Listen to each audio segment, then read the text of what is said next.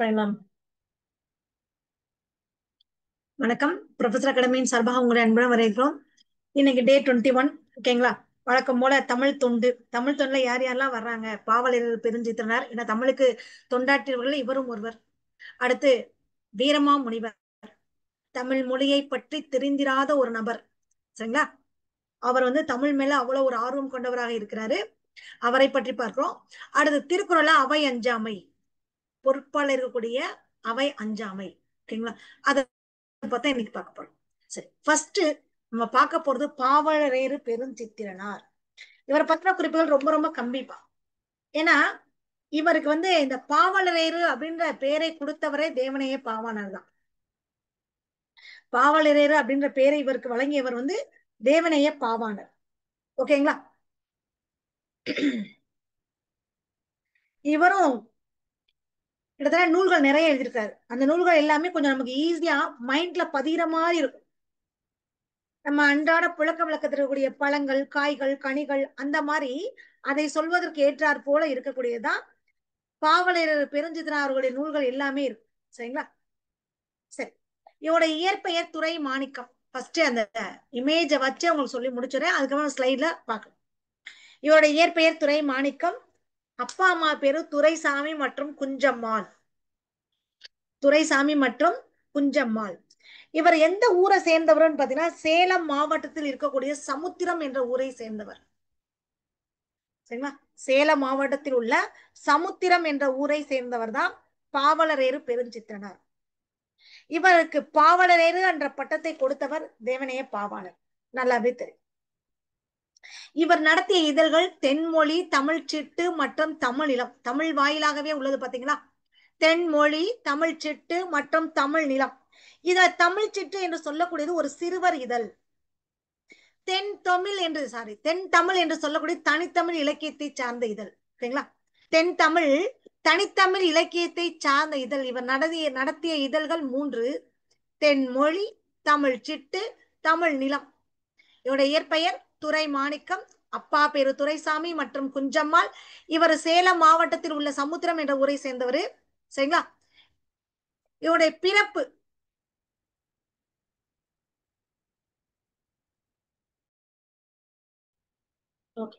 சேலம் மாவட்டத்தில் உள்ள சமுத்திரம் என்ற ஊரை சேர்ந்தவர்.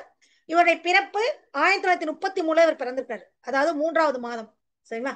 10/3/1933 6வது மாதம் இறந்துட்டார். அதாவது 11/6/1995 தான் இறந்திருக்காரு. இவருக்கு சிறப்பு பெயர் பாவலரேறு. இவர் அஞ்சல் துறையில பணியாற்றி இருக்கிறார். அஞ்சல் துறையில பணியாற்றிருக்காரு. இவருக்கு சிறப்பு பெயர்கள் இன்னும் இருக்கு. தனித்தமிழ் இயக்க புலவர். தனித்தமிழ் இயக்க புலவர். பாரதிதாசனுடைய முதல் மாணவர் என்று சொல்லக்கூடியவர் இந்த பாவலரேறு பெருஞ்சித்திரனார். பாரதிதாசனின் முதல் மாணவர் என்று சொல்லக்கூடியவர் பாவலரேறு பெருஞ்சித்திரனார். அதனால இவருக்கு நிறைய சொல்லுவாங்க. தனித்தமிழ் மறவர், தமிழ் இயக்க புலவர், தனித்தமிழ் மறவர் அப்படின்ற சிறப்பு பெயர்களா இவருக்கு இருக்கு. இவருடைய திருக்குறள் மெய்ப்பொருளை தமிழுக்கே கருவூலமாய் அமைந்த ஒரு நூலாக உள்ளது. திருக்குறள் மெய்ப்பொருளுரை தமிழுக்கே கருவூலமாய் அமைந்த ஒரு நூலாக உள்ளது. பாருங்க, தென்மொழி, தமிழ் சிட்டு மற்றும் தமிழ் நிலம் இவர் நடத்திய இதழ்கள். இத தென்மொழி அப்படின்ற இதழ் பார்த்தீங்கன்னா தமிழ் தனித்தமிழ் இலக்கியத்தை பற்றி சார்ந்ததாக உள்ளது. தமிழ் சிட்டு என்றது சிறுவர் இதழ்கள், சிறுவரை பற்றிய இதழ்கள், சிறுவருக்கு பிடித்தமான இதழ்கள். சரிங்களா? தமிழ் நிலம். இதுல தென்மொழி, தமிழ் சிட்டு இந்த 2 இதழ்கள் மூலமாகவே இவர் என்ன பண்ணாரு, உலக தமிழ் மக்கள்கிட்ட தமிழ் உணர்வை பரப்புவதற்காக ரொம்ப அரும்பாடுபட்டிருக்கிறார். சரிங்களா? தென்மொழி, தமிழ் சிட்டு என்ற இதழ்கள் மூலமாக உலக தமிழ் மக்களிடையே தமிழ் உணர்வை ஏற்படுத்துவதற்காக அரும்பாடுபட்டவர். இவர் நடத்திய இதழ்கள் மொத்தம் பாத்தீங்கன்னா பள்ளிப்பறவைகள், கனிச்சாறு, ஐயை, கொய்யா கனி, உலகியல் 100, பாவிய கொத்து, நூறாசிரியம், என் சுவை என்பது, மகபுகு வஞ்சி, உலகியல் 100 இது எல்லாமே இவர் நடத்திய இதழ்கள், இவருடைய நூல்கள். இந்த நூல்களை என்ன நம்பர்ஸ்ல 3ஆ பிரிக்கிறேன். உலகியல் 100, என் சுவை என்பது, நூறாசிரியம். 100 என் சுவை நூறாசிரியம் வருதுங்களா? சோ உலகியல் 100, என் சுவை என்பது, நூறாசிரியம். இது இவருடைய நூல்கள். எண்கள்ல 3. காயும் கனியும் சேர்ந்து 3. கனிச்சாறு கொய்யாக்கனி மற்றும் பாவிய கொத்து. என்ன மேம்? காயும் கனி, மிக்சர் ஜூஸ், கொய்யாக்காய், பாவக்காய். அதான் காயும் கனியும் சேர்ந்து 3 நூல்கள். கனிச்சாறு, கொய்யாக்கனி மற்றும் பாவிய கொத்து. அடுத்து பள்ளிக்கு போக மகபுகு வஞ்சி அழுகுறாங்க. ஐயோ அப்படின்ற மாதிரி அழுகுறாங்க.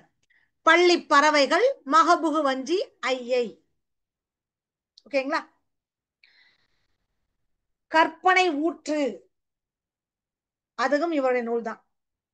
அம்பை, அனுபவ திருக்கூத்து, அதுவும் இவருடைய நூல் தான். ஓகேங்களா? நான் இதை எப்படி பிரிச்சிருக்கிறேன்னா, எண்கள்ல 3, உலகியல் 100, எண் சுவை 80, நூறாசிரியம். காயும் கனியும் சேர்ந்து 3, கனிச்சாறு, கொய்யாக்கனி மற்றும் பாவிய கொத்து.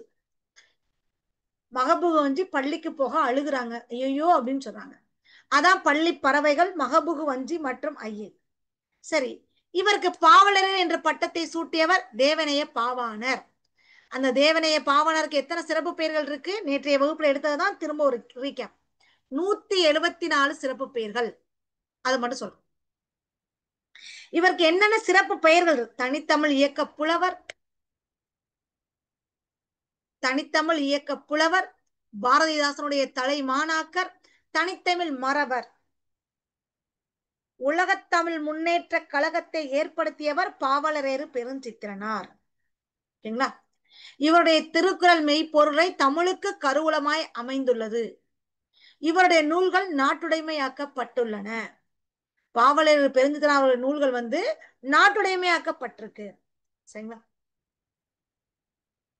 அடுத்து நம்ம பார்க்க போறது வீரமாமுனிவர். இவருடைய இயற்பெயர் கான்ஸ்டாண்டு ஜோசப் பிஸ்கி. இவருடைய இயற்பெயர் கான்ஸ்டாண்டு ஜோசப் பிஸ்கி. ஓகேங்களா? ரொம்ப இவர் உங்களுடைய 10ஆம் வகுப்பு தரத்திலே ஒரு அருமையான ஒரு பாடல் எழுதியிருப்பார். சரிங்களா? அருமையான ஒரு பாடல் எழுதியிருப்பாரு. இவருடைய முக்கியமான குறிப்புகள் மட்டும் நான் முதல்ல சொல்லிடுறேன். வீரமாமுனிவர் திருச்சியை ஆளக்கூடிய மன்னர் சந்தா சாஹிப் அவரை பார்க்க போறதுக்காகவே இவர் என்ன பண்ணிட்டாரு, 2 மாசத்துல உருது மொழியை கத்துக்கிட்டாராம். இவருடைய அந்த திறமையை பாராட்டி அந்த சந்தா சாஹிப் மன்னர் இவருக்கு ஒரு பட்டம் கொடுக்கிறார். அதான் இஸ்மத் சன்னியாசி அன்று அப்படின்ற ஒரு பட்டத்தை கொடுக்கிறார். சரிங்களா? இஸ்மத் சன்னியாசி என்ற சொல் பாரசீக சொல். இஸ்மத் சன்னியாசி என்ற சொல் பாரசீக சொல். அந்த இஸ்மத் சன்னியாசி என்ற சொல்லோட அர்த்தம் என்னன்னா தூய துறவி. தூய துறவி. இவர் தேம்பாவணி நூலை ஏற்றிருக்கிறாரு. தேமான்ல ஒரு பாடல், ரொம்ப அழகான ஒரு பாடல். அதாவது எப்படின்னா, கிறிஸ்துவுக்கு முன்னாடி தோன்றியவர் தான் திருமுழுக்கு யோவான். அவரை அருளப்பன் அப்படின்னு சொல்லுவாங்க. அந்த அருளப்பன் தான் கிறிஸ்துவோட வருகையை அறிவித்த முன்னோடின்னு சொல்லுவாங்க. வீரமா முனிவரோ தன்னுடைய காப்பியத்துல அந்த அருளப்பனுக்கு கருணையன் என்று பெயரிட்டிருக்கிறார். கருணையன் என்று பெயரிட்டிருக்காரு. அந்த கருணையன் என்ன பண்ணிட்டாரு, தன்னுடைய அம்மா எலிசபெத் அவங்களோட அம்மையாரோட காட்டுல வாழ்ந்து வந்தார். காட்டுல கருணையனும் அவங்களோட அம்மா எலிசபெத்தும் காட்டுல வாழ்ந்துகிட்டு இருக்காங்க. காட்டுல வாழ்ந்துகிட்டு இருக்கும் போது அவருடைய அம்மா இறந்து போயிடுறாங்க. அவருக்கு ஒண்ணுமே தெரியல. அவருக்கு ஒண்ணுமே தெரியல. கடைசியில் அவர் தன்னுடைய அம்மாவை அடக்கம் பண்ண போறாரு. அடக்கம் பண்ண போறப்ப என்ன செய்யறாருன்னா, அந்த பூமி தாயிட்ட கேக்குறாரு. தன்னோட கைய 2 கையும் குமிச்சுக்கிட்டு, பூமி தாயே, என் அம்மாவோட உடம்ப நீ அன்பா பாத்துக்க. அப்படியே அந்த குழியில வைக்கும் போது ஒரு பூவை போட்டு பரப்புறார். இந்த உலகத்துல எல்லா அறங்களையும் தனக்குள்ளே பொதித்து வைத்து பயனுள்ள வாழ்க்கையை நடத்தியவள் என்னுடைய அம்மா. அவளை மண்ணிட்டு மூடி அடக்கம் செய்யறேன். அதன் மேல கண்ணீரையும் சேர்த்து பொழியிறார். பொழியும் போது என்ன சொல்றாரு, என்னுடைய அம்மா என்னோட வாயால மணி போல சொல்லக்கூடிய உண்மையான வார்த்தைகளை மட்டும்தான் சொல்லுவா. அந்த தாயோட கழுத்துல ஒரு மணி மாலை எப்படி சுத்துமோ அதே மாதிரிதான் என் அம்மாவோட மார்பெல்லாம் சுத்திக்கிட்டே இருப்பேன். இப்ப மணிமா, அதாவது ஒரு நெல் பயிர் எப்படி மழை இல்லாம வாடுமோ அதே மாதிரி என் அம்மா இல்லாம ரொம்ப கவலைப்படுறேன். என் அம்மா இல்லாம ரொம்ப கவலைப்படுறேன் அப்படின்னு சொல்றேன். சரிங்களா? என் மனம் எப்படி இருக்கு, அந்த ஒரு மரக்கிளையில பறிக்கப்பட்ட மலரை போல என்னுடைய மனம் வாடுது. மர கிளையிலிருந்து பறிக்கப்பட்ட ஒரு மலர் எப்படி கீழே உளுந்து வாடுதோ அதே மாதிரி என்னுடைய மனம் வாடுது. ஏன்? எதனால? என்னோட அம்மா இறந்து போயிட்டாங்க. சரிங்களா? தீயையும் நஞ்சையும் அவர் அம்புல விட்டா எப்படி இருக்குமோ அந்த வலியால வருந்துறது மாதிரி என்னுடைய வலி இருக்குது. ஒருத்தனுக்கு அம்பு விடுறாங்க, ஒரு பக்கத்து தீ ஒரு பக்கம் நஞ்ச வச்சுக்கிட்டு அம்பு பாயுது. அப்ப அந்த வலியால அவன் எப்படி துடிப்பான்? அந்த மாதிரி என் அம்மாவோட பிரிவை நினைச்சு நான் துடிச்சுக்கிட்டு இருக்கேன்.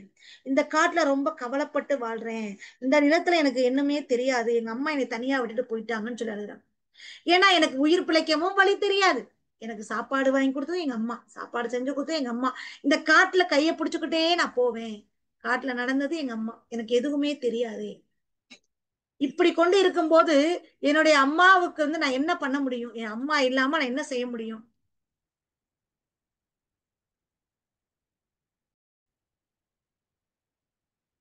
அப்ப அவர் என்ன சொல்றாரு? ரொம்ப கவலைப்படுறான். என் அம்மா பிரிஞ்சு நான் இருந்தது இல்லையே. இவன் வந்து தேம்பாவணி கதை, சரிங்களா? வீரமாமுனி எழுதிய கதை. அந்த கதையில ரொம்ப ஒரு தாய பிரிஞ்சு ஒரு மகன் எப்படிலாம் கஷ்டப்படுறான். ஏன்னா அவனுக்கு எந்த வெளி உலகமே தெரியாத அம்மாவோடய காட்டுல கானகத்துல வாழ்ந்துகிட்டு இருக்கிறான். அவனுக்கு எதுவுமே தெரியாத மாதிரி கதையை அழகா கொடுத்திருப்பாரு வீரமாமுனிவர். சரிங்களா?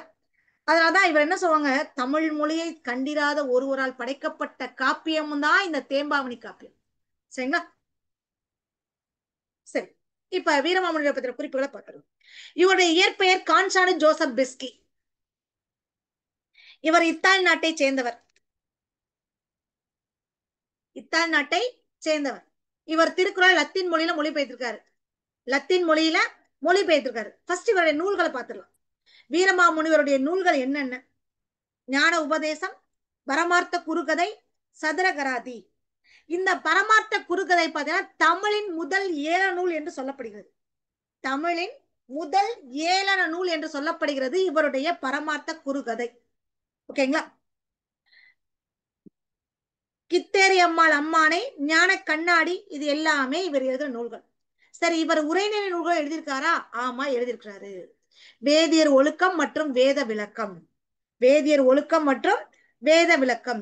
30 வயசுலயே தமிழ்நாட்டுக்கு வந்து தமிழை பயின்று ஒரு காப்பியம் படைத்தவர் இந்த வீரமாமுனிவர். ஓகேங்களா? கான்ஸ்டாண்டு ஜோசப் பெஸ்கி, பெட்ரோல் கொண்டல் பெஸ்கி மற்றும் எலிசபெத்.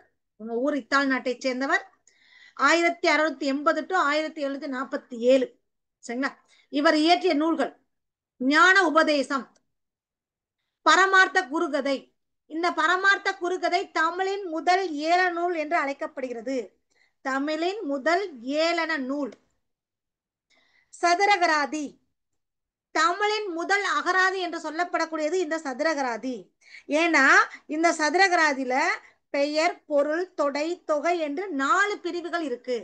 சோ தமிழின் முதல் அகராதி என்று சொல்லக்கூடியது சதுரகராதி. சரிங்களா? திருக்காவலூர் களம்பகம்,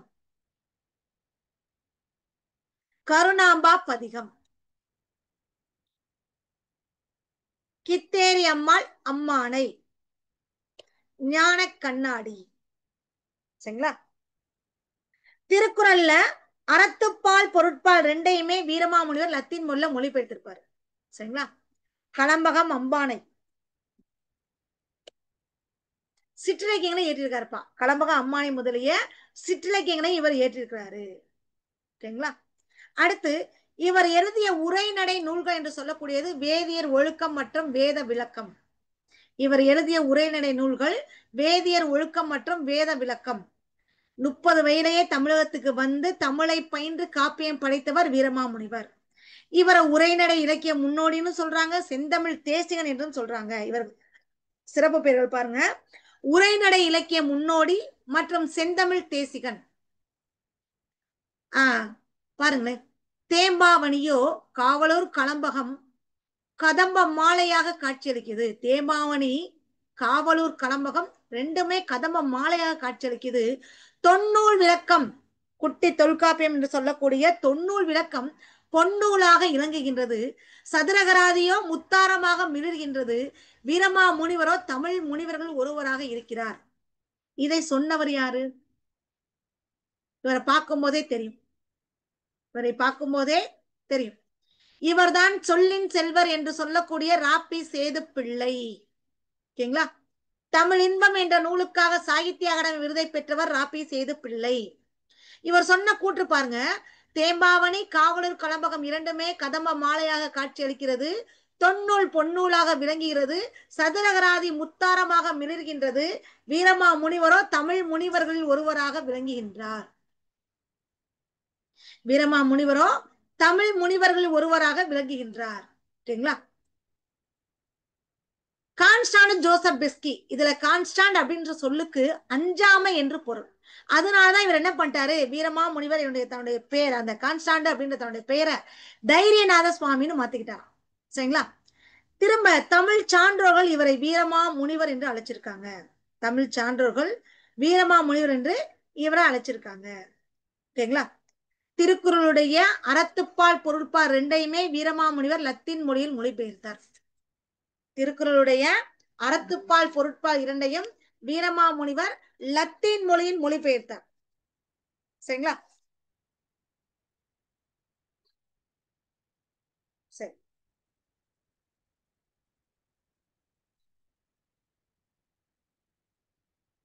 ஓகே.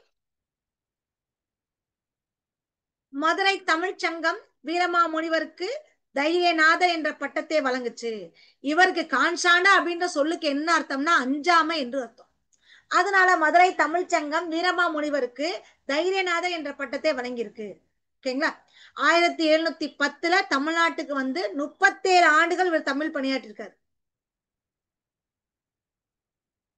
சரிங்களா? திருக்குறளே அறத்துப்பால் பொருட்பால் இரண்டையும் வீரமாமுனிவர் லத்தீன் மொழியில் மொழிபெயர்த்திருக்கிறாரு. சரிங்களா? வீரமாமுனிவருக்கு இன்னும் நிறைய சிறப்பு பெயர்கள் இருக்கு.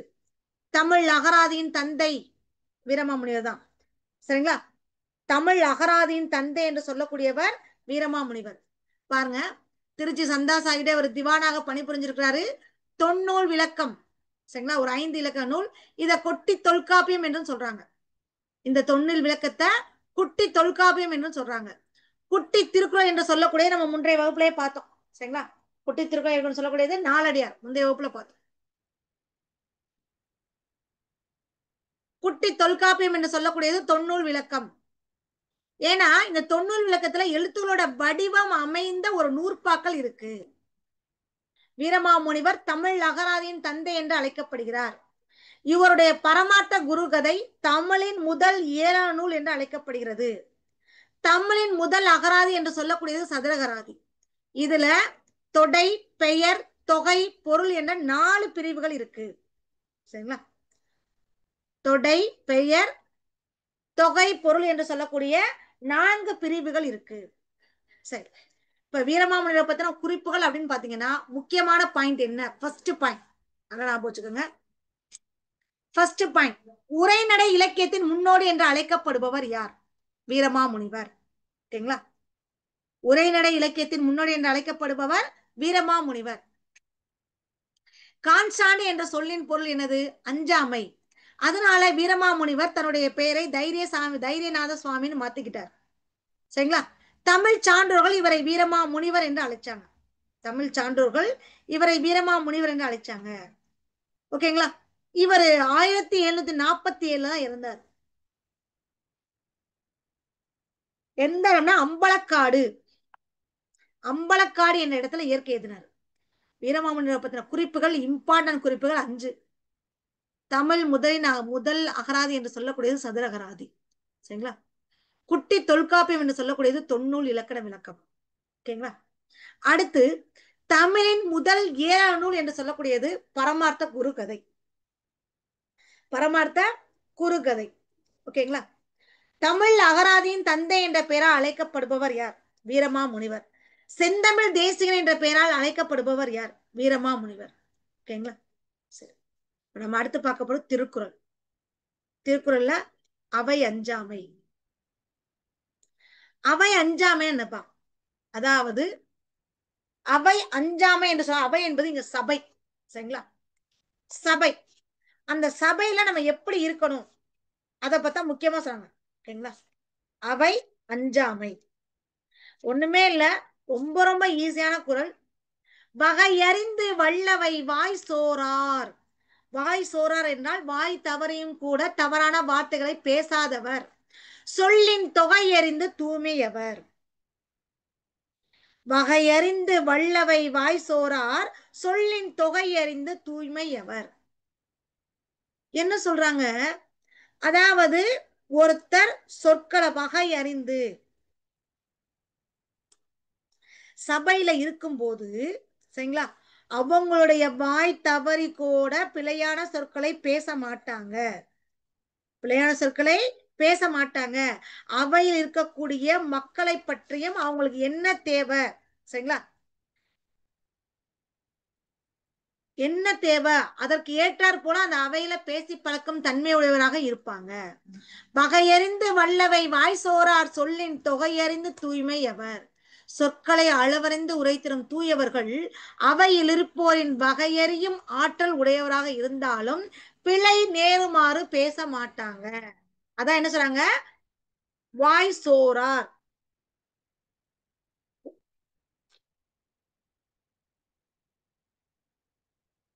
தவறான சொற்களை ஒருபோதும் பேச மாட்டார்கள். அடுத்து பாருங்க.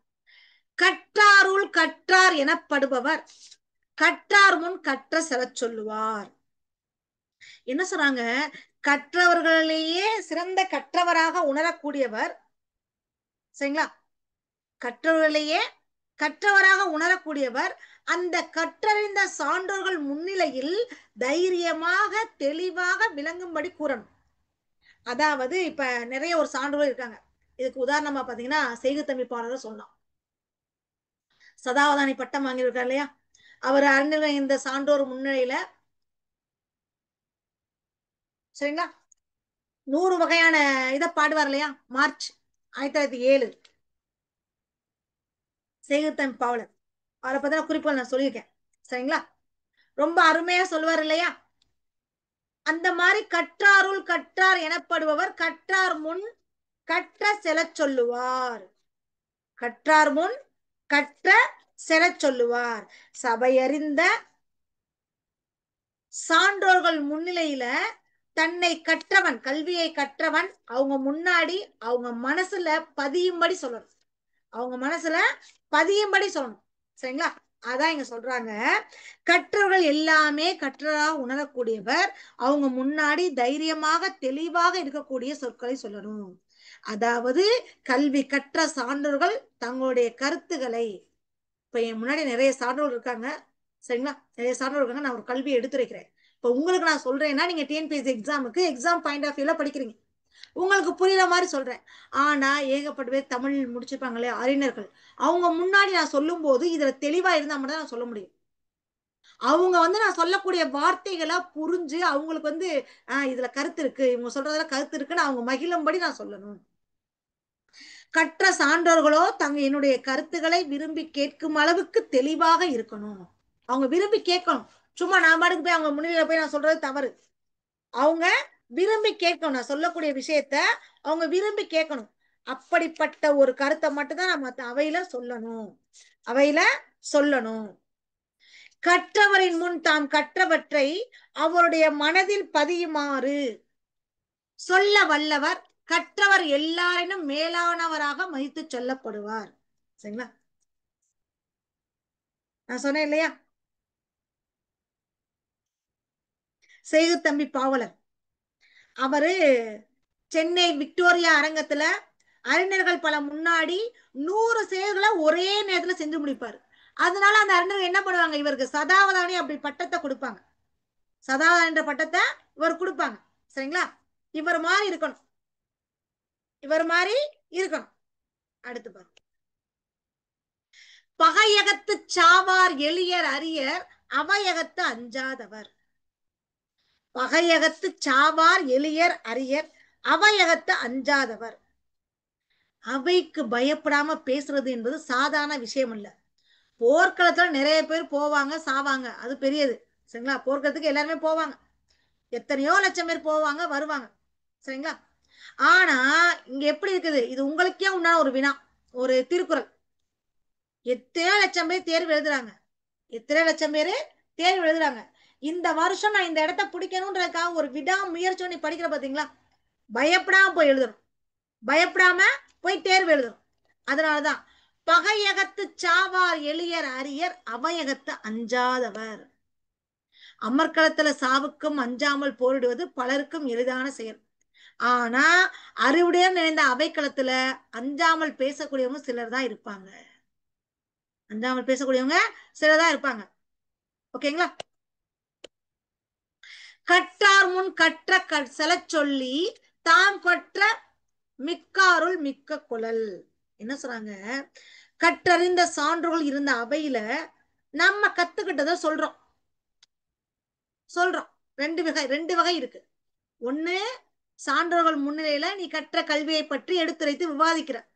இரண்டாவது, அந்த சான்றோர்கள் ஒரு கூறுமொழி சொல்லுவாங்க இல்லையா, உரையாற்றுவாங்க இல்லையா, அவங்க கூறக்கூடிய உரையில என்னென்ன முக்கியமான விஷயங்கள் இருக்கு அதை நீ கூர்ந்து கவனிக்கணும்.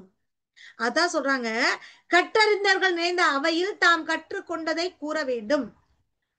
உம்மை விட கற்றறிந்த சான்றோர்களுடைய உரையையும் நீ கேட்க வேண்டும். நான் தான் அவரோட பெரிய அறிவாளி, நான் என்ன அவர் சொல்றதை கேட்கறது? அவருக்கு வயசுக்கு மரியாதை இருக்கு, அவர் சான்றோராக இருக்கிறாரு. அப்ப நம்ம போய் என்ன பண்ணணும்? அந்த இடத்துல அவருடைய வார்த்தைகளுக்கு மதிப்பு கொடுத்து அதுல என்ன நுணுக்கங்கள் இருக்கு என்பதை கண்டுபிடிச்சு அவருடைய உரைகளை எல்லாத்தையும் கேட்கணும். ஏன்னா அடுத்து நீ ஒரு இடத்துக்கு உரையாற்ற போற, அப்போ உனக்கு அவருடைய சொன்ன குறிப்புகள் எல்லாமே உனக்கு யூஸ்ஃபுல்லா இருக்கும். அறிஞர்களின் அவையில் நாம் கற்றவைகளை அவர்கள் ஏற்றுக்கொள்ளும் அளவுக்கு எடுத்து சொல்லி நம்மை விட அதிகம் கற்றவிடமிருந்து மேலும் பலவற்றை நாம் அறிந்து கொள்ள வேண்டும். உண்மைதானே? ஆற்றின் அளவறிந்து கற்க அவையஞ்சா மாற்றங் கொடுத்தற் பொருட்டு. ஆற்றின் அளவறிந்து கற்க அவையஞ்சா. இப்ப ஒரு ஸ்டேஜுக்கு உங்களை கூப்பிடுறாங்க, சரிங்களா? ஒரு ஸ்டேஜுக்கு உங்களை கூப்பிடுறாங்க, வாங்க நீங்க சொற்பொழிவாற்றுங்க, சொல்லுங்கன்னு சொல்றாங்க. அங்க போய் என்ன பண்ணும்? அந்த சபையை அறிந்து அங்க என்ன வார்த்தை நம்ம பேசினா நம்மளோட பேச்சுக்கு கைதட்டல் கிடைக்குமோ, எப்படி விரிவா சொல்லணுமா சுருங்க சொல்லணுமா அப்படின்ற மாதிரி இருக்கணும். நீங்க அங்க போறதுக்கு முன்னாடி ஒரு தடவைக்கு 2-3 தடவை உங்க நீங்க ப்ரிப்பேர் பண்ணிக்கணும், எப்பெல்லாம் பேசணும் என்னன்றது. இப்ப நான் உங்களுக்கு வந்து எடுக்கிறேன், இது ஒன்றும் சாதாரண விஷயம் இல்ல. ஒவ்வொரு விஷயத்தையும் ஒவ்வொரு வார்த்தையிலையும் அதுல இருக்கிற அர்த்தத்தை புரிஞ்சு நான் உங்களுக்கு சொல்லணும். சும்மா சுக்குமி லகுதி இப்படின்ற மாதிரி சொல்லிட்டு இருக்கிறது விஷயமே அல்ல. உங்களுக்கு புரிதலுக்கு ஏற்றார் போல இந்த குரல்ல உங்களுக்கு என்ன தெரியுது அப்படின்னு நீங்க நினைக்கணும். நடத்தும் போதே உங்களுடைய மனசுல பதிகிற அளவுக்கு நான் நடத்தணும். ஆற்றின் அளவறிந்து கற்க அவையஞ்சா மாற்றம் கொடுத்தற் பொருட்டு. ஒரு சபைக்கு போய் பேசுறதுக்கு முன்னாடி முதல்ல ஒன்ன நீ தயார்படுத்திக்க. ஒன்ன நீ தயார்படுத்திக்க. சொல்லுவாங்க பாருங்க, 2-3 தடவை கண்ணாடி முன்னாடி பார்த்து பார்த்து பேசுங்க, உங்களுக்கு அந்த பயம் வராது, சபை கூச்சம் இருக்காது அப்படின்னு சொல்லலாம். அவையில் பேசும்போது குறுக்கீடுகளுக்கு அஞ்சாமல் மறுமொழி சொல்வதற்கு ஏற்ற வகையில இலக்கணமும் தருக்கம் எனப்படும் அளவை திறமும் கற்றிருக்க வேண்டும். சும்மா இப்ப ஒரு வகுப்பு எடுக்கிறோம், சரிங்களா? ஒரு வகுப்பு எடுக்கும்போது இடையில மாணவர்கள் கேள்வி கேட்கிறாங்க, கேள்வி கேட்கும்போது அவங்களுக்கு தருக்க பதில் சொல்லணும், சரிங்களா? அப்ப நீ இந்த மாதிரி இந்த மாணவன் இந்த கேள்வி கேட்டா அதுக்கு என்ன பதில் சொல்லணும், இந்த மாணவன் இந்த கேள்வி கேட்டா என்ன பதில் சொல்லணும், அதுக்கு உண்டான தெளிவுகளை நீ முதல்ல உனக்குள்ளே எடுத்து வச்சுக்கிறோம். வாளுடன் வன்கண்ணர் அல்லார்க்கு நூலோடு என் நுண்ணவே அஞ்சுபவர்க்கு. வாளோடு என் வன்கண்ணர், ஓகேங்களா? அல்லார்க்கு நூலோடு என் நுண்ணவை அஞ்சுபவர்க்கு. ரொம்ப அருமையான குரல். முதல் 5 நீ இப்படி இப்படி இருக்கணும், அப்படி இப்படி பண்ணணும்னு சொல்லுவாங்க. அடுத்த 5 குரல் பாத்தீங்கன்னா நம்மளை திட்டுற மாதிரியே இருக்கும். திருவள்ளுவர் கொடுத்திருப்பாரு, நம்மளை திட்டுற மாதிரியே. நீ சபையில போய் தைரியமா சொல்லலாம், நீ படிச்சு என்ன பிரயோஜனம் அப்படின்ற மாதிரிலாம் கேள்வி கேட்பாரு, சரிங்களா? சபையில போய் நீ படிச்ச விஷயத்த மக்கள் முன்னாடி எடுத்துரைக்கிற, நீ படிச்சு என்ன பிரயோஜனம், நீ படிக்காமே இருந்திருக்கலாமே அப்படின்ற மாதிரி சொல்லுவார். வாளோடு என் வன்கண்ணர் அல்லார்க்கு நூலோடு என் நுண்ணவை அஞ்சுபவர்க்கு. என்ன சொல்றாங்க? கோழையாக இருக்கக்கூடியவன் வன்கண்ணர், சரிங்களா? கோழையாக இருக்கக்கூடியவன் வாளை தொடுவது சாத்தியமற்ற செயல். சாத்தியமற்ற செயல். ஒரு வீரன் தான் வாளை, கூர்மையான வாளை தொட முடியும். கோழையா இருக்கிற அந்த வாளை போய் தொட முடியுமா? அதான். அவைக்கு அஞ்சுபவன் சபையில் பேச நினைப்பது தவறு. அவைக்கு அஞ்சுபவன் சபையில பேச நினைக்கிறது தவறு. நூல்களை கற்றுக்கொள்வதில் ஒரு பிரயோஜனமே இல்லை. கோழைகளுக்கு கையில் வாள் இருந்தும் பயனில்லை, அவையில் பேசிட அஞ்சுவோர் பல நூல் கற்றும் பயனில்லை. அவையில் பேசுற அஞ்சுவோர் பல நூல்களை கற்றும் நான் படிச்சிருக்கேன்ப்பா, எத்தனை எம்ஏ எம்ஃபில் பிஹெச்டி டாக்டர் பட்டம் எல்லாமே படிச்சிருக்கேன். என்ன பிரயோஜனம் தம்பி? நீ அங்க வர்ற சபையில 2 வார்த்தை பேச சொல்றாங்க, பேச முடியாது. ஏன்? உன்னை நீ தயார்படுத்திக்கிறல. அப்படி கோழைக்கு சமமா தானே இருக்க. ஒரு கோழட்ட போய் ஒரு வாழை கொடுத்து வெட்டுறாஞ்சா வெட்டுவானா? அந்த வாழை ஊத்து ஊத்துதான் பார்ப்பான். அவனுக்கும் பிரயோஜனம் இல்ல, பகைவனை அழிக்க முடியாது. பகையகத்து பேடிகை ஒழ்வாள் அவையகத்து அஞ்சும் அவன் கற்ற நூல். பகையகத்து பேடிகை ஒழ்வாள் அவையகத்து அஞ்சும் அவன் கற்ற நூல். என்ன சொல்றாங்க? ஒல்வாள் என்று சொல்லக்கூடியது ஒளி பொருந்திய வாள். ஒளி பொருந்திய வாள். அதாவது கோழையோட கையில கூர்மையான வாள் இருந்து ஒரு பிரயோஜனமே இல்லை. வாளை வச்சு அவன் என்ன பண்ணுவான்? தன்னையும் காப்பாத்திக்க மாட்டான், பிறரையும் தாக்க மாட்டான். அதே போல திறமையான கல்வி அறிவை பெற்றவன் அவைக்கு அஞ்சதுல ஒரு பிரயோஜனமே இல்லை. அவன் இந்த புத்தகம் பேடி என்று சொல்லக்கூடிய புத்தகம், அந்த நூல்களை கற்று என்ன பிரயோஜனம்? ஒண்ணுமே இல்லையே. அவை நடுவில் பேச பயப்படுகிறவன் என்னதான் அரிய நூல்களை படித்திருந்தாலும் அந்த நூல்கள் அனைத்தும் போர்க்களத்துல ஒரு பேடியின் கையில் உள்ள கூர்மையான வாளை போலவே பயனற்றவை ஆகிறது. சரிங்களா? ஒரு முட்டாள் கோலப்பையன் அவன்கிட்ட போய் ஒரு வாழை கொடுத்தா என்ன பண்ணுவான்? அந்த மாதிரி இது பிரயோஜனமே இல்லாம போயிருது. பல்லவை கற்றும் பயமிலரே நல்லவையுள் நன்கு செல சொல்லாதார். பல்லவை கற்றும் பயமிலரே, பல நூல்களை கத்துக்கிட்டு தன்னுடைய திறமையை வெளிப்படுத்தாதவன் பயமிலரே. நல்லவையில் நன்கு செல சொல்லாதவர், அவன் கத்துக்கிட்ட கல்வியை வச்சு ஒரு சிறப்புமே செய்ய முடியாது. சொல்லுவாங்கல்ல, ஒரு ஆணையும் புடுங்க முடியாது. சொல்லுவாங்க இல்லையா? நீ படிச்ச என்ன பிரயோஜனம்? எத்தனை தடவை எழுதுற? எப்பதான் பாஸ் பண்ணுவ? இந்த மாதிரி அவச்சொல்கள் வரும், இடையூறுகள் வரும், ஏகப்பட்ட இடைஞ்சல்கள் வரும். பல நூல்களை கற்றும் சரிங்களா தன்னுடைய திறமையை வெளிப்படுத்த முடியாத ஒருவன் அவன் கத்துக்கிட்ட கல்வியை வச்சுட்டு என்ன பண்ண முடியும்? ஒரு சிறப்பையுமே அடைய முடியாது. வீட்டுல வேணா நீ அந்த டிகிரி, நீ வாங்க டிகிரி ஃபுல்லா வீட்டுக்குள்ள வச்சுக்கலாம். டிகிரிய வீட்டுக்குள்ள வச்சுக்கலாம். அறிவுடையோர் நிறைந்த அவையில அவர்கள் மனதில் பதியும் அளவுக்கு கருத்துக்களை சொல்ல இயலாவிடின் என்னதான் நூல்களை கற்றிருந்தாலும் பயனே இல்லை.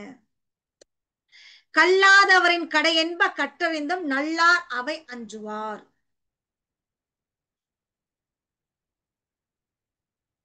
என்னன்னா, கல்வியை கத்துக்கிட்டான் ஒருத்தன், சரிங்களா?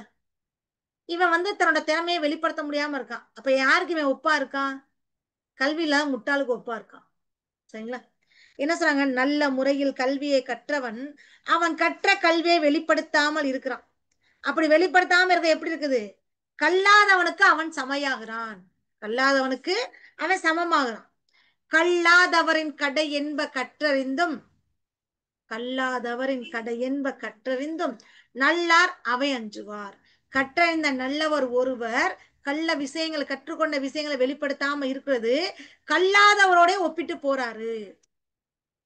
ஆன்றோ நிறைந்த அவையில் பேசுவதற்கு அஞ்சுகின்றவர்கள் எத்தனை நூல்களை கற்றிருந்த போதிலும் அவர்கள் கல்லாதவர்களாக விடவே இழிவானவர்களாய் கருதப்படுறார்கள்.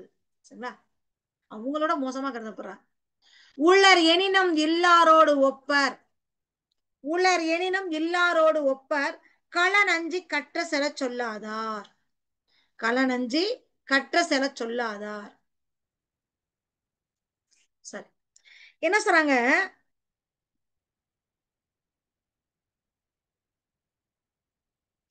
உளர் எனினும் எல்லாரோடு ஒப்பர்.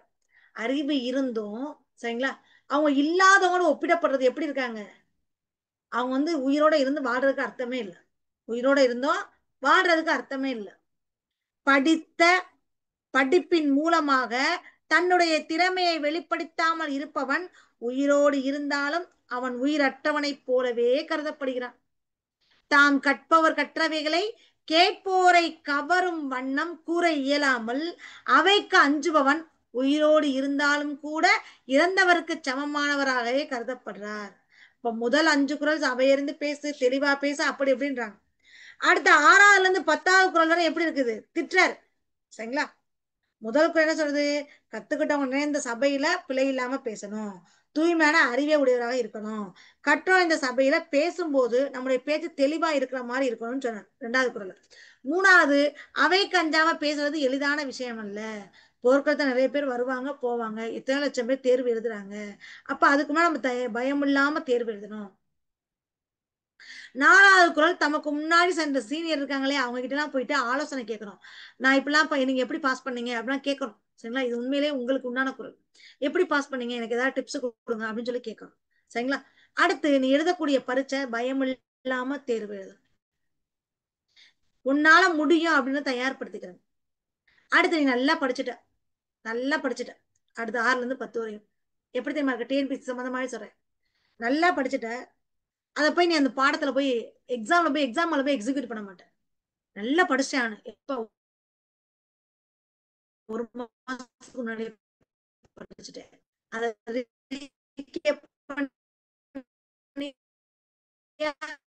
பண்ணிருக்க மாட்டேன். அப்ப என்ன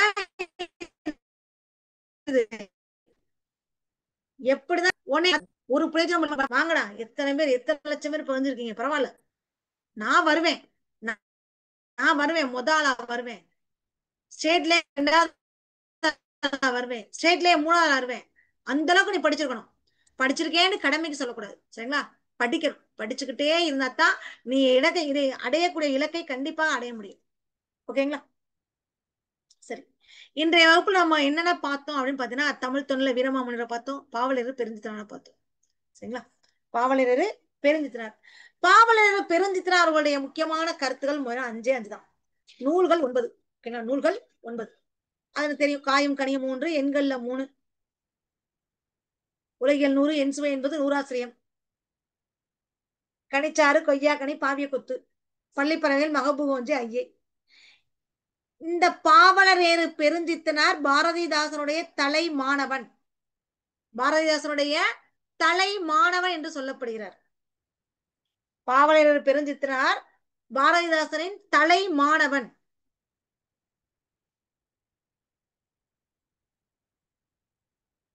ஓகேங்களா?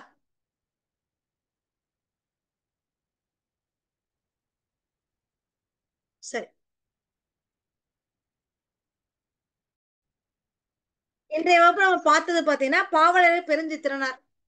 இவருக்கு பாவலரேறு என்ற பட்டத்தை கொடுத்தவர் தேவனைய பாவாணர். ஓகேங்களா? அப்படி ஃபர்ஸ்ட் வந்துடலாம். ஒவ்வொருத்தரையும் அந்த இமேஜை வச்சே நான் சொல்லிடுறேன்.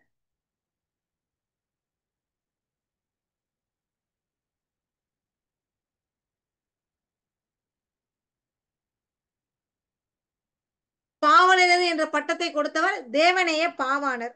ஓகேங்களா? இந்த தேவனைய பாவாணர் என்னென்ன இதழ்கள், தென்மொழி, தமிழ் சிட்டு, தமிழ் நிலம், 3 இதழ்கள். ஓகேங்களா? இவருக்கு என்னென்ன சிறப்பு பெயர்கள் இருக்கு? தனித்தமிழ் இயக்க புலவர், தனித்தமிழ் மறவர், இந்த 2 சிறப்பு பெயர்கள் இருக்கு. திருக்குறளுக்கு திருக்குறள் மெய்ப்பொருளுரை தமிழுக்கு கருவூலமாக அமைஞ்சிருக்கு. இவருடைய திருக்குறள் மெய்ப்பொருளை தமிழுக்கு கருவூலமாக அமைஞ்சிருக்கு. அடுத்து நம்ம பார்த்தது வீரமா முனிவர். வீரமாமுனிவர் பத்தின குறிப்புகள் தான் நிறைய இருக்கு. தமிழே அறியாத ஒருத்தர் வீரமாமுனிவர். ஓகேங்களா? சரி, இந்த வீரமாமுனிவருக்கு என்னென்ன சிறப்பு பெயர்கள் இருக்கு? செந்தமிழ் தேசிகன், செந்தமிழ் தேசிகன், உரைநடை இலக்கியத்தின் முன்னோடி, உரைநடை இலக்கியத்தின் முன்னோடி. சரி, வீரமாமுனிவருடைய நூல்கள், பரமார்த்த குறுகதை தமிழின் முதல் 7 நூல் என்று சொல்லப்படுகிறது. சதுரகராதி என்னும் நூல் தமிழின் முதல் அகராதி என்று சொல்லப்படுகிறது. தொன்னூல் விளக்கம் குட்டி தொல்காப்பியம் என்று சொல்லப்படுகிறது. ஓகேங்களா? குட்டி தொல்காப்பியம் என்று சொல்லப்படுகிறது.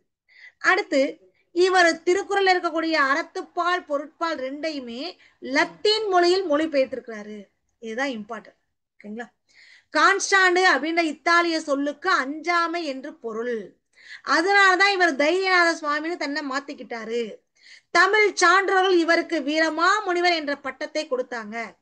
சரி, இஸ்மத் சன்னியாசி, அதுவும் இவருக்கு தான். ஏன்னா திருச்சியை ஆண்ட மன்னர் சந்தா சாஹிப்பை போய் சந்திக்கிறதுக்காக இவர் 2 மாசம் உருது மொழியை கத்துக்கிட்டார். இவருடைய திறமையை பாராட்டி அந்த சந்தா சாஹிப் மன்னர் இவருக்கு இஸ்மத் சன்னியாசி என்ற பட்டத்தை கொடுத்தார். இஸ்மத் சன்னியாசி என்பது ஒரு பாரசீக மொழிச்சொல். இஸ்மத் சன்னியாசி என்றால் தூய துறவி என்பது பொருள். ஓகேங்களா? இதுதான் வீரமாமுனிவர் பத்தின முக்கியமான விஷயங்கள். உரைநடை இலக்கிய முன்னோடி என்று அழைக்கப்படுபவர் வீரமாமுனிவர். செந்தமிழ் தேசியன் என்று அழைக்கப்படுபவர் வீரமாமுனிவர். ஓகேங்களா? அடுத்து தனித்தமிழ் இயக்க புலவர் என்றவர் பாவலரேறு பெருஞ்சித்திரனார். தனித்தமிழ் மறவர் என்றாலும் பாவலரேறு பெருஞ்சித்திரனார். சரிங்களா? இவ்வளவுதான்ப்பா. அடுத்து நம்ம பார்த்தது திருக்குறள். திருக்குறளை பத்தின குறிப்புகள் பாத்தீங்கன்னா நான் ஒவ்வொரு தடவையும் சொன்னேன். சரிங்களா? திருக்குறளை பத்தின குறிப்புகள் ஒவ்வொரு முறையும் உங்களுக்கு சொல்லிக்கிட்டு தான் இருந்தேன். இந்த திருக்குறள் நமக்கு பொருட்பால்ல அவயஞ்சாமை அப்படின்ற அதிகாரத்துல இருந்து வந்திருக்கு. திருக்குறள் நீங்க முக்கியமா தெரிஞ்சுக்க வேண்டியது, திரும்ப திரும்ப ரீகால் பண்றேன். சரிங்களா? திருக்குறளை திருவிக்க ரொம்ப அழகா புகழ்ந்திருப்பார். என்னன்னா, திருக்குறள் ஒரு வகுப்பார்க்கோ, ஒரு மதத்தார்க்கோ, ஒரு நிறத்தார்க்கோ, ஒரு மொழியார்க்கோ, ஒரு நாட்டார்க்கோ உரியது அல்ல. மண்பதைக்கும் உலகுக்கெல்லாம் பொது என்று சொன்னவர் திருவிக்கா. சரி, கியாபே விஸ்வநாதர் எப்படி திரும்ப சொல்லிருப்பாரு? திருவள்ளுவர் இல்லை என்றால் தமிழ் என்ற ஒரு இனமே இருந்திருக்காது. திருக்குறள் என்ற ஒரு நூல் இல்லை என்றால் தமிழ் மொழி என்ற ஒரு மொழியே இருந்திருக்காது. சரிங்களா? உலகத்துக்கு தெரிஞ்சுக்காது என்று சொன்னவர் கியாபே விஸ்வநாதம். திருவிக்காவை பத்தி பார்த்தாச்சு, கியாபே விஸ்வநாதத்தை பத்தி பார்த்தாச்சு. அடுத்து ரஷ்ய நாட்டுல அணு துளைக்காத கிரெம்ளின் மாளிகையில சுரங்க பாதுகாப்பு பெட்டகத்துல திருக்குறள் இருக்கு. ஓகேங்களா?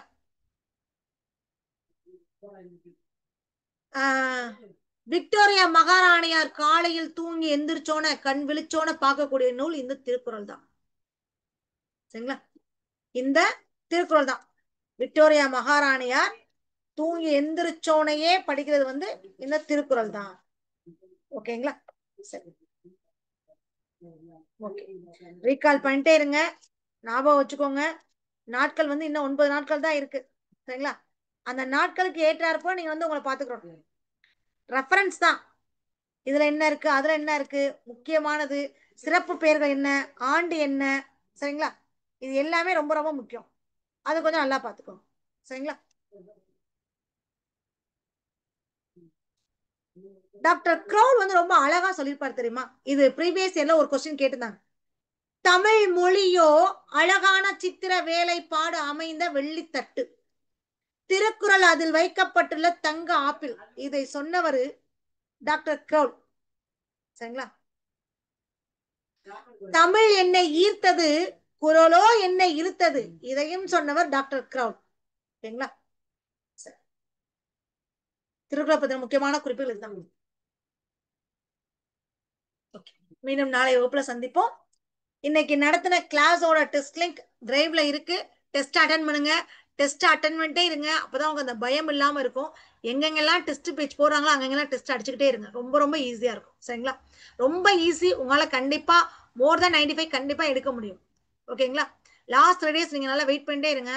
உங்களுக்கு அந்த பெயரச்சம், வினையச்சம், வேர்ச்சொல் இது ரொம்ப ரொம்ப இம்பார்ட்டன்ட். அதுல அதிகமான வினாக்கள் கேட்கறாங்க. அதை நான் உங்களுக்கு full and full previous question paper அப்படி கொடுத்துறேன். ஓகேங்களா?